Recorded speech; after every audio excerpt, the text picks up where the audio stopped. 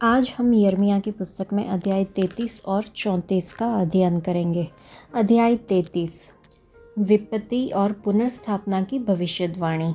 जिस समय यिर्मयाह पहरे के आंगन में बंद था, उस समय यहोवा का वचन दूसरी बार उसके पास पहुंचा। यहोवा जो पृथ्वी का रचने वाला है, जो उसको स्थिर करता है, उसका नाम यहोवा है। वह यह कहता है, मुझसे प्रार्थना कर और मैं तेरी सुनकर तुझे बड़ी बड़ी और कठिन बातें बताऊंगा, जिन्हें तू अभी नहीं समझता। क्योंकि इस्राएल का परमेश्वर यहोवा इस नगर के घरों और यहूदा के राजाओं के भवनों के विषय में, जो इसलिए गिराए जाते हैं कि दमदमों और तलवार के साथ सुबीते से लड़ सके, यों कहता है, कसदियों से युद्ध करने को वे लोग आते तो है, परंतु मैं क्रोध और झलझलाहट में आकर उनको मरवाऊंगा और उनके शव उसी स्थान में भर दूंगा, क्योंकि उनकी दुष्टता के कारण मैंने इस नगर से मुख फेर लिया है। देख, मैं इस नगर का इलाज करके इसके निवासियों को चंगा करूंगा और उन पर पूरी शांति और सच्चाई प्रकट करूंगा। मैं यहूदा और इस्राएल के बंदियों को लौटा ले आऊँगा और उन्हें पहले के समान बसाऊँगा। मैं उनको उनके सारे अधर्म और पाप के काम से शुद्ध करूँगा जो उन्होंने मेरे विरुद्ध किए हैं, और उन्होंने जितने अधर्म और अपराध के काम मेरे विरुद्ध किए हैं, उन सब को मैं क्षमा करूँगा, क्योंकि वे वह सब भलाई के काम सुनेंगे जो मैं उनके लिए करूँगा, और वे सब कल्याण और शांति की चर्चा सुनकर जो मैं उनसे करूँगा डरेंगे और थरथराएंगे। वे पृथ्वी की उन जातियों की दृष्टि में मेरे लिए हर्ष और स्तुति और शोभा का कारण हो जाएंगे। यहोवा यों कहता है, यह स्थान जिसके विषय तुम लोग कहते हो यह तो उजाड़ हो गया है, इसमें न तो मनुष्य रह गया है और न पशु, अर्थात यहूदा देश के नगर और यरूशलेम की सड़कें जो ऐसी सुनसान पड़ी है कि उनमें न तो कोई मनुष्य रहता है और न कोई पशु। इन्हीं में हर्ष और आनंद का शब्द, दुल्हे दुल्हन का शब्द और इस बात के कहने वालों का शब्द फिर सुनाई पड़ेगा, सेनाओं के यहोवा का धन्यवाद करो, क्योंकि यहोवा भला है और उसकी करुणा सदा की है। और यहोवा के भवन में धन्यवाद बलि लाने वालों का भी शब्द सुनाई देगा, क्योंकि मैं इस देश की दशा पहले के समान ज्यों की त्यों कर दूंगा। यहोवा का यही वचन है। सेनाओं का यहोवा कहता है, सब गांवों समेत यह स्थान जो ऐसा उजाड़ है कि इसमें न तो मनुष्य रह गया है और न पशु, इसी में भेड़ बकरियां बैठाने वाले चरवाहे फिर बसेंगे। पहाड़ी देश में और नीचे के देश में, दक्षिण देश के नगरों में, बिन्यामीन देश में और यरूशलेम के आसपास, अर्थात यहूदा देश के सब नगरों में भेड़ बकरियां फिर गिन गिन कर चराई जाएगी। यहोवा का यही वचन है। यहोवा की यह भी वाणी है, देख, ऐसे दिन आने वाले हैं कि कल्याण का जो वचन मैंने इस्राएल और यहूदा के घरानों के विषय में कहा है, उसे पूरा करूँगा। उन दिनों में और उन समयों में दाऊद के वंश में धर्म की एक डाल लगाऊंगा, और वह इस देश में न्याय और धर्म के काम करेगा। उन दिनों में यहूदा बचा रहेगा और यरूशलेम निडर बसा रहेगा, और उसका नाम यह रखा जाएगा, अर्थात यहोवा हमारी धार्मिकता। यहोवा यूं कहता है, दाऊद के कुल में इस्राएल के घराने की गद्दी पर विराजने वाले सदैव बने रहेंगे, और लेवीय याजकों के कुलों में प्रतिदिन मेरे लिए होम बलि चढ़ाने वाले और अन्न बलि जलाने वाले और मेल बलि चढ़ाने वाले सदैव बने रहेंगे। फिर यहोवा का ये वचन यिर्मयाह के पास पहुंचा। यहोवा यों कहता है, मैंने दिन और रात के विषय में जो वाचा बांधी है, जब तुम उसको ऐसा तोड़ सको कि दिन और रात अपने अपने समय में न हो, तब ही जो वाचा मैंने अपने दास दाऊद के संग बांधी है टूट सकेगी, कि तेरे वंश की गद्दी पर विराजने वाले सदैव बने रहेंगे, और मेरी वाचा मेरी सेवा टहल करने वाले लेवीय याजकों के संग बंधी रहेगी। जैसा आकाश की सेना की गिनती और समुद्र की बालू के किनकों का परिणाम नहीं हो सकता है, उसी प्रकार मैं अपने दास दाऊद के वंश और अपने सेवक लेवियों को बढ़ाकर अनगिनत कर दूंगा। यहोवा का यह वचन यिर्मयाह के पास पहुंचा। क्या तूने नहीं देखा कि ये लोग क्या कहते हैं? जो दो कुल यहोवा ने चुन लिए थे, उन दोनों से उसने अब हाथ उठाया है, यह कहकर कि ये मेरी प्रजा को तुच्छ जानते हैं और कि यह जाति उनकी दृष्टि में गिर गई है। यहोवा यों कहता है, यदि दिन और रात के विषय मेरी वाचा अटल न रहे और यदि आकाश और पृथ्वी के नियम मेरे ठहराए हुए न रह जाए, तब ही मैं याकूब के वंश से हाथ उठाऊंगा और अब्राहम, इसहाक और याकूब के वंश पर प्रभुता करने के लिए अपने दास दाऊद के वंश में से किसी को फिर न ठहराऊंगा, परंतु इसके विपरीत मैं उन पर दया करके उनको बंधुआई से लौटा लाऊंगा। इस अध्याय को पढ़ के हम समझ सकते हैं कि जब यिर्मयाह कैद में था, तब परमेश्वर ने उससे बात की, इस्राएल को पुनः स्थापित करने की अपनी प्रतिबद्धता की पुष्टि की। एक धार्मिक शाखा का वादा एक उद्धारकर्ता के आने पर प्रकाश डालता है, जो न्याय और धार्मिकता लाएगा। परमेश्वर अपने लोगों को आश्वासन देते हैं कि उनकी भूमि का पुनर्निर्माण किया जाएगा और खुशियाँ वापस आएंगी। हमारे सबसे बुरे क्षणों में भी परमेश्वर के वादे स्थिर रहते हैं। इस अध्याय में वचन 3 में हमारे स्वर्गीय पिता का फ़ोन नंबर है। वह चाहता है कि हम हमेशा उनके साथ संवाद करें, क्योंकि लिखा है इस वचन में कि मुझसे प्रार्थना कर और मैं तेरी सुनकर तुझे बड़ी बड़ी और कठिन बातें बताऊंगा जिन्हें तू अभी नहीं समझता। ये बाइबल के महान वादों में से एक है कि मुझसे प्रार्थना कर। ये वचन परमेश्वर के साथ संवाद के महत्व पर जोर डालता है। मुझसे पुकारने का अर्थ है प्रार्थना, दो तरफी बातचीत। यह हमारे दिलों को उंडेलने, अपनी खुशी, दुख, आशंकाओं और आशाओं को उनके साथ साझा करने के बारे में। यह इस जटिल स्थिति में था कि परमेश्वर यहोवा ने यिर्मयाह को उन्हें पुकारने के लिए एक व्यक्तिगत आमंत्रण दिया। प्रभु दूसरी बार यिर्मयाह के पास आए जब वह जेल में था। भजनकार कहता है भजन संहिता में, और संकट के दिन यहोवा को पुकार, वह हमें छुड़ाएगा और हम एक बार फिर उनकी महिमा करने पाएंगे। यह भी लिखा है कि जब हम चुनौतियों का सामना करते हैं तो याद रखें कि परमेश्वर हमें हर चिंता, भय और इच्छा को उनके पास लाने के लिए आमंत्रित करते हैं। उम्मीद के साथ प्रार्थना करें, ये जानते हुए कि वह हमारी सुनते हैं। आज हमारा प्रार्थनापूर्ण जीवन कैसा है? अगर सही तरीके से विश्लेषण किया जाए तो हमारे जीवन में हर विफलता प्रार्थना में विफलता का कारण है। हम प्रार्थना की सामर्थ्य का अनुभव नहीं कर सकते क्योंकि हमारे पास प्रार्थना करने का समय नहीं है। केवल अनुरोधों के साथ नहीं, बल्कि सुनने और ग्रहण करने की इच्छा के साथ परमेश्वर से प्रार्थना करने के लिए कुछ क्षण निकालें। हम नहीं जानते कि आज, कल या अगले सप्ताह क्या होगा, लेकिन परमेश्वर जानते हैं। हमारे परमेश्वर ने हमें बहुत सी अद्भुत और बहुमूल्य प्रतिज्ञाएं दी है कि जब हम प्रार्थना करते हैं, जब हम उनके वचन के अनुसार प्रार्थना करते हैं, तो वो हमारी प्रार्थना सुनेंगे। आज हम संकट में हैं, हम निराश हैं, हम कल के बारे में और हमारे देश और दुनिया में घटित होने वाली सभी घटनाओं के बारे में भ्रमित, चिंतित और तनावग्रस्त हो सकते हैं। तो प्रभु से प्रार्थना करें। इस वचन में दो चीज़ है कि मुझको पुकारो और मैं तुम्हें उत्तर दूंगा। हम कब परमेश्वर को पुकारते हैं? मसीह में विश्वास रखने वाले सभी लोगों के पास एक प्रार्थना अनुसूची होती है। पारिवारिक प्रार्थना समय, सविश्वासी लोगों के साथ संयुक्त प्रार्थना और परमेश्वर के साथ व्यक्तिगत शांत समय। लेकिन यह सब शांति के समय में होता है। संकट, पीड़ा, दुख के समय में हम क्या करते हैं?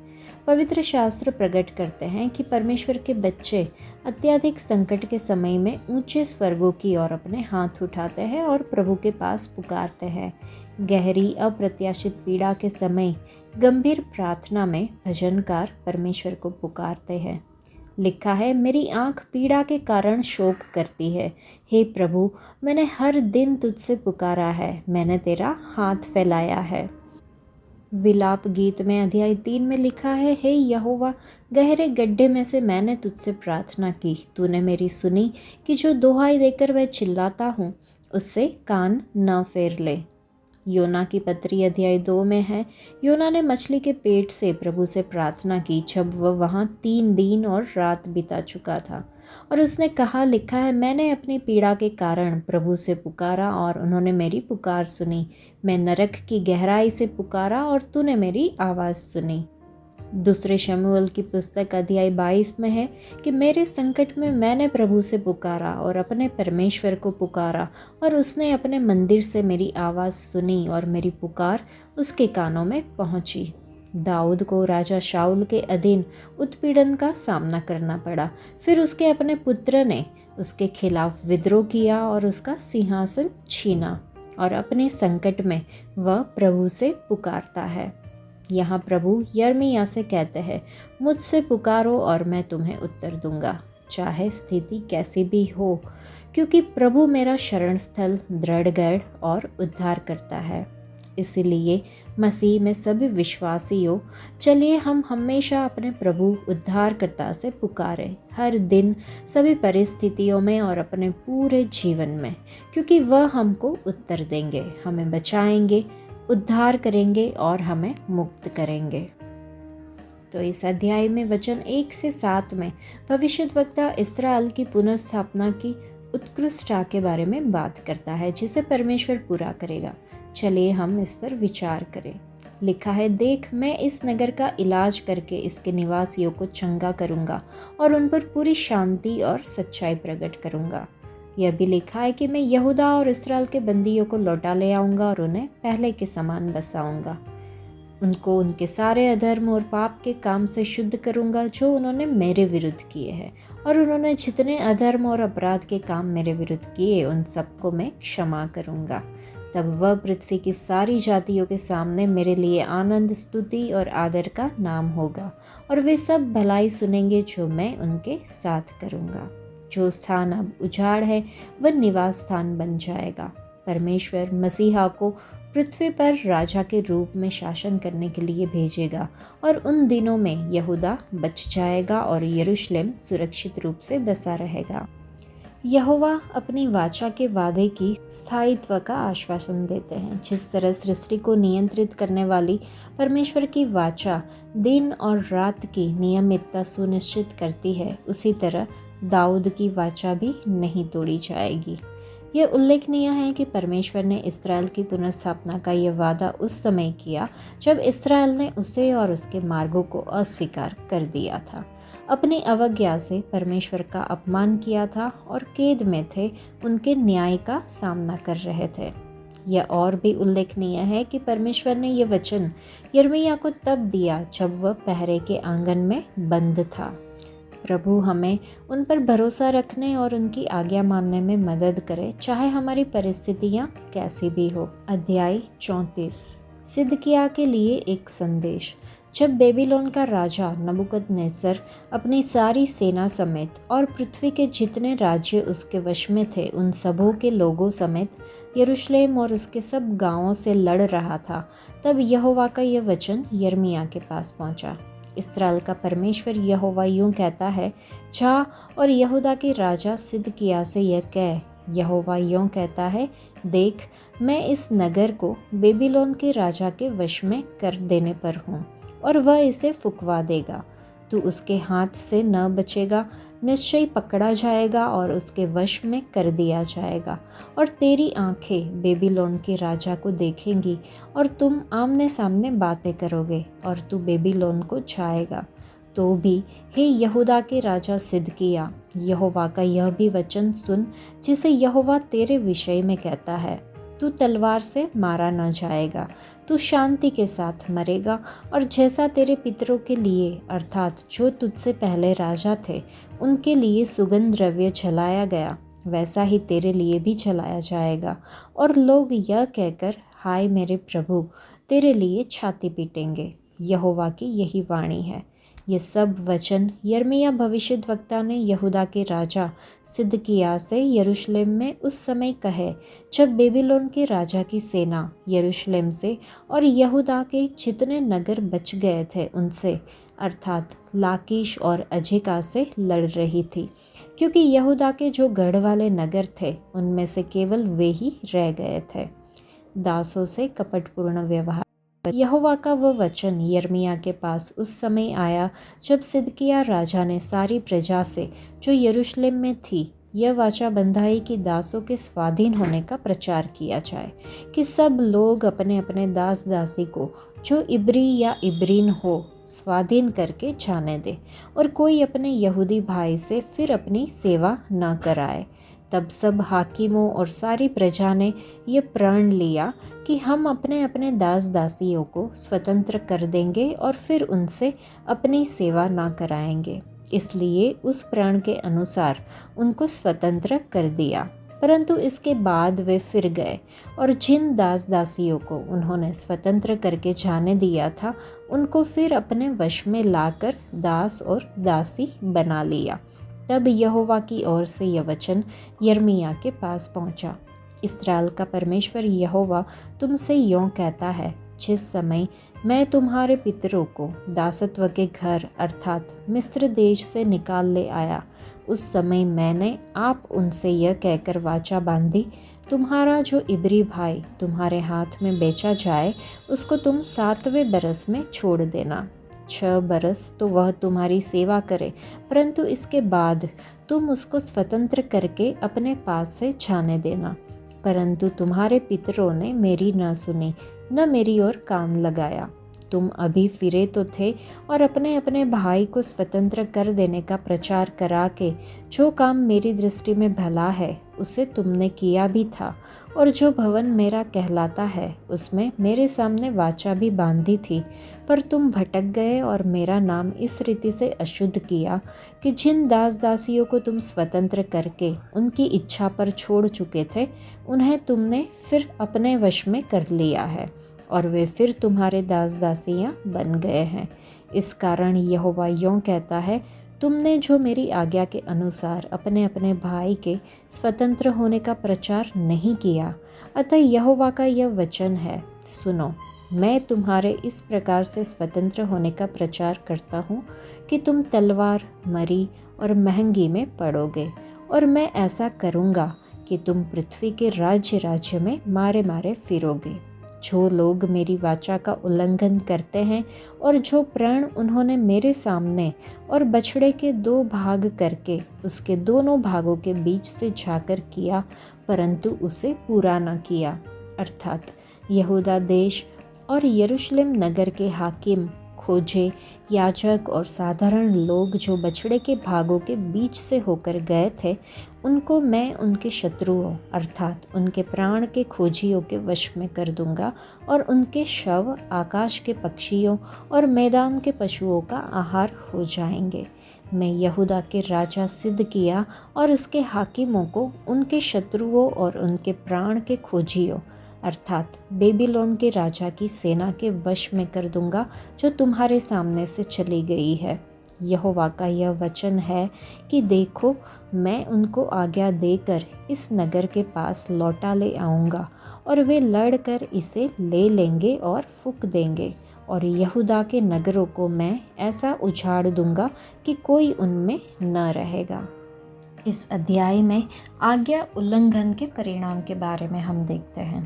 परमेश्वर राजा सिदकिय्याह को बाबुल की मनोनीत घेराबंदी और इस्राएल के विद्रोह के परिणामों के बारे में निर्देश देते हैं। सिदकिय्याह को चेतावनी दी जाती है कि अस्थायी राहत के बावजूद बाबुल के सामने आत्मसमर्पण करना ही बचने का एकमात्र तरीका है। यह अध्याय आज्ञा उल्लंघन की कीमत की एक स्पष्ट याद दिलाता है। आज्ञा उल्लंघन अक्सर ऐसे परिणामों की ओर ले जाता है जो न केवल हमें बल्कि हमारे आसपास के लोगों को भी प्रभावित करता है। आज के लिए इतना ही। परमेश्वर आप सबको आशीष दे। धन्यवाद।